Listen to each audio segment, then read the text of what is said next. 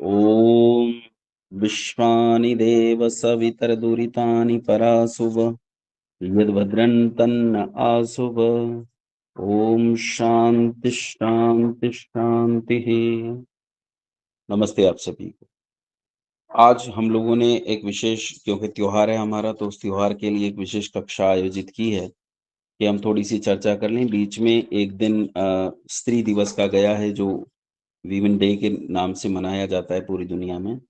मैं स्त्रियों के इस दिवस के रूप में कहना चाहता हूँ कि स्त्री को प्रणाम जब हम करते हैं तो बस ये वुमेन्स डे पे करते हैं क्या, उसके अलावा हमें स्त्रियों को प्रणाम नहीं करना चाहिए। स्त्री को अगर प्रणाम करना है तो उसे प्रतीक रूप में प्रणाम करना चाहिए। उसे माँ के रूप में प्रणाम करो, उसे बहन के रूप में प्रणाम करो, उसे पुत्री के रूप में प्रणाम करो, उसे जगत जननी के रूप में प्रणाम करो, उसे उसे पत्नी के रूप में प्रणाम करो। उसे प्रणाम करो। और प्रणाम करने का मतलब केवल प्रणाम करना, पैर छूना नहीं होता है। प्रणाम करने का मतलब है कि माँ, मैं तेरे सारे गुणों का उपयोग करना चाहता हूँ। कहो, मैं जहाँ तेरे सारे गुणों का उपयोग करना चाहता हूँ, वहीं ये भी चाहता हूँ कि मैं अपने गुणों से तुझ तक भी लाभ पहुंचाऊं, तुझे भी लाभ पहुंचाऊं। इसलिए, क्योंकि पुरुष और स्त्री एक दूसरे के कंपटीटर नहीं, एक दूसरे के कोऑपरेशन में जीते हैं। हमारी संस्कृति प्रतिद्वंदिता की संस्कृति नहीं है, हमारी संस्कृति सहयोग की संस्कृति है, ये कोऑपरेशन की संस्कृति है।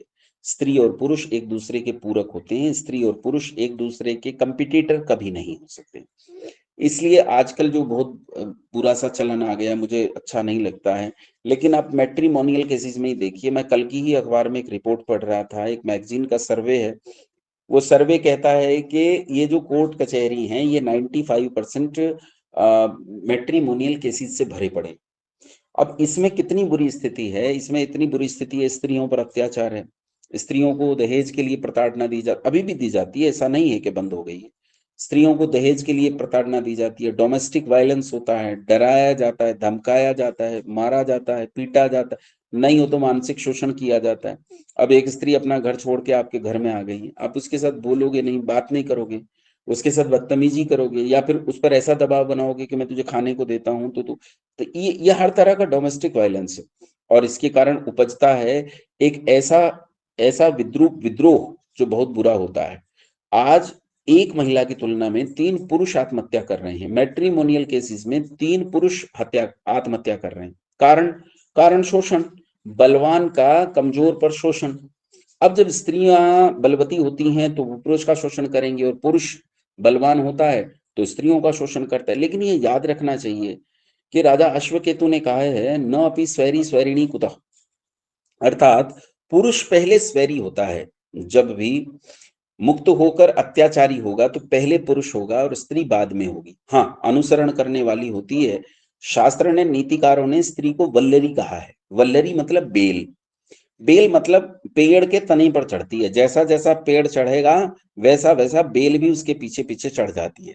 इसलिए वहां कहा गया है, जब विवाह संस्कार होता है तो विवाह संस्कार में जब वचन लेते हैं स्त्री पुरुष एक दूसरे से, तो स्त्री पति से कहती है कि आज से मैं अपने पिता के घर को छोड़कर, पिता के गोत्र को छोड़कर आपके गोत्र में प्रवेश करती हूँ। ये कन्यादान के समय है। गोत्र को, गोत्र उधर पहुंचाया जा रहा है, इसे कन्यादान कहते हैं। कन्या का दान का मतलब ये नहीं कि मैंने कन्या दे दी, मेरी कन्या मेरी रहेगी। संसार में मेरी कन्या को कोई और कन्या नहीं कह सकता, वो मेरी ही है, मेरी ही रहेगी।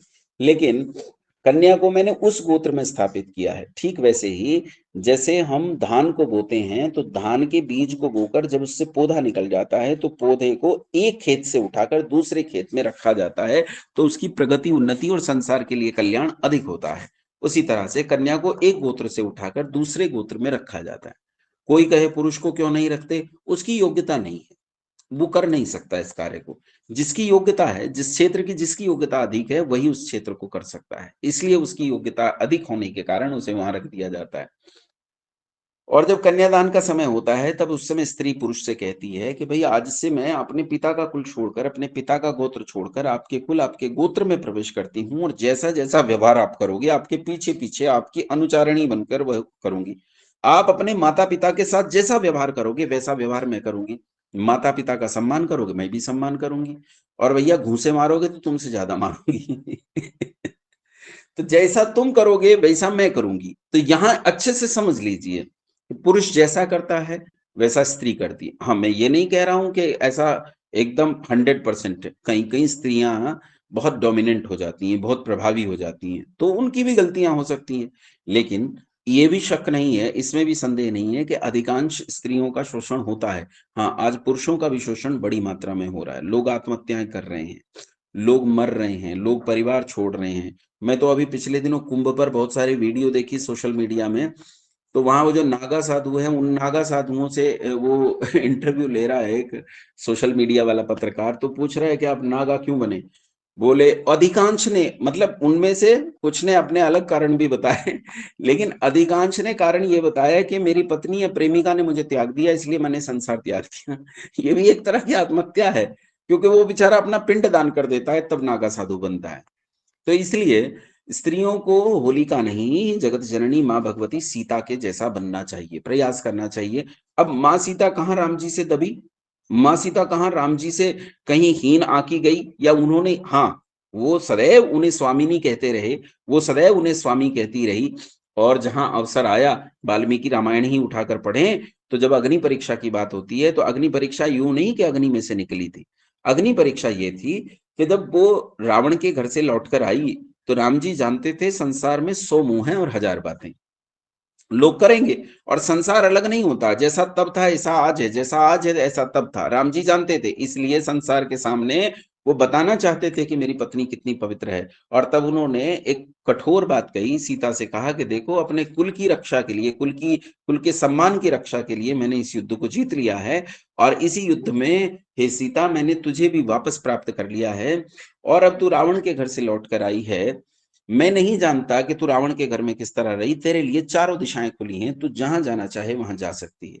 अब यहाँ लोग ये भूल जाते हैं कि एक दिशा वो भी थी जिस तरफ भगवान राम खड़े थे। 4 दिशाओं में 3 दिशाएं तो अलग हो सकती हैं, या 9 दिशाएं तो अलग हो सकती हैं, लेकिन एक दिशा वो भी थी ना जिस तरफ भगवान राम खड़े थे।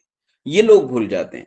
और वहां अगर माँ जगत जननी का रूप देखें, ओहो क्या दुर्गा है, क्या क्या जगदम्बा है।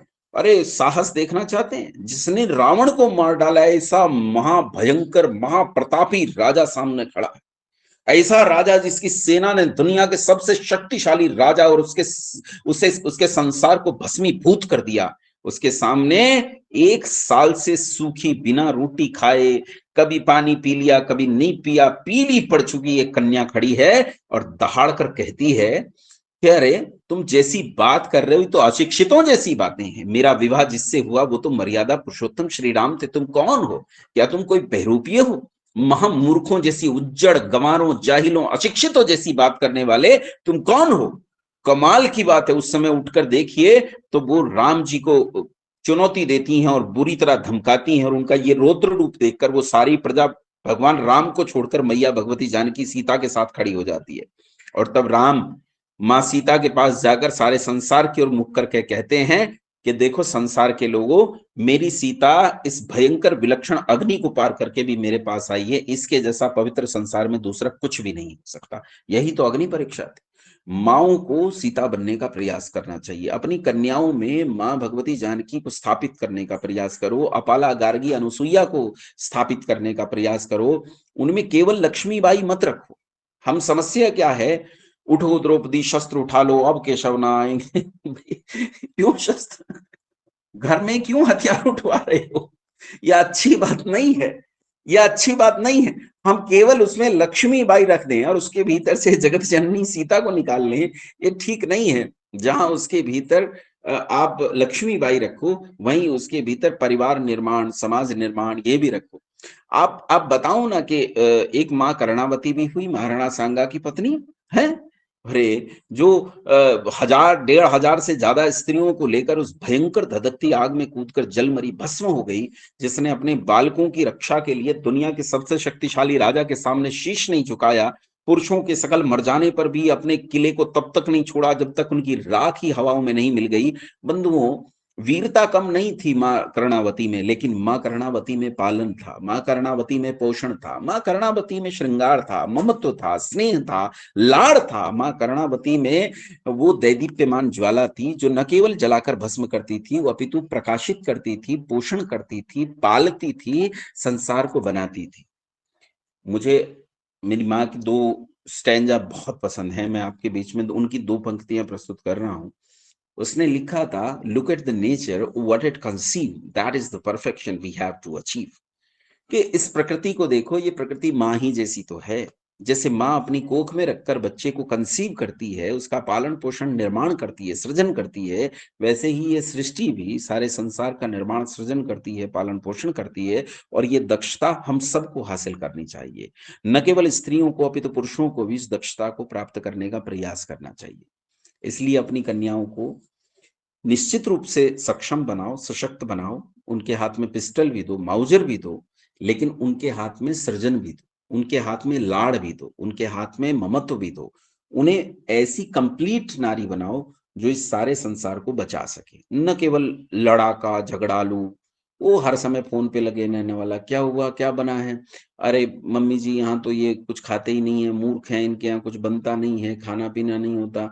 मुझे तो सोना नहीं दिया, मुझे तो साड़ी नहीं दी, ये सब बातें ठीक नहीं है। इन्हें बचाने का प्रयास कन्याओं को भी अपनी माताओं के पास इन बातों को नहीं पहुँचाना चाहिए और माता-पिता को भी टोक देना चाहिए कि बेटा ससुराल की बातें घर में नहीं करनी चाहिए। कोई सुख की बात हो, खुशी की बात हो तो ज़रूर बताओ। छोटी-मोटी बिना मतलब की बातों से खुद लड़ो। कोई विशेष परिस्थिति बिगड़ जाए, ज़रूर हमें बुलाओ, ज़रूर हम तुम्हारे साथ आएँगे, खड़े रहेंगे।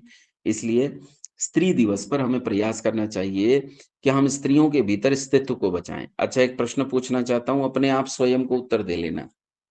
इस समय वन्य प्राणियों को बचाने के अभियान चलाए जाते हैं और उनमें से कुछ जातियों को संरक्षित जातियाँ घोषित कर दिया जाता है। क्यों घोषित किया जाता है? क्योंकि वो विलुप्त होती हुई प्रजाति हैं। जैसे टाइगर को एक विलुप्त प्रजाति घोषित कर दिया गया। भाई उनमें कुछ बचे हैं, उन्हें बचाओ। उन्हें मार देने पर भयानक सज़ाएँ होती हैं। जैसे काले हिरन को एक ने मार दिया था किसी महाराज ने।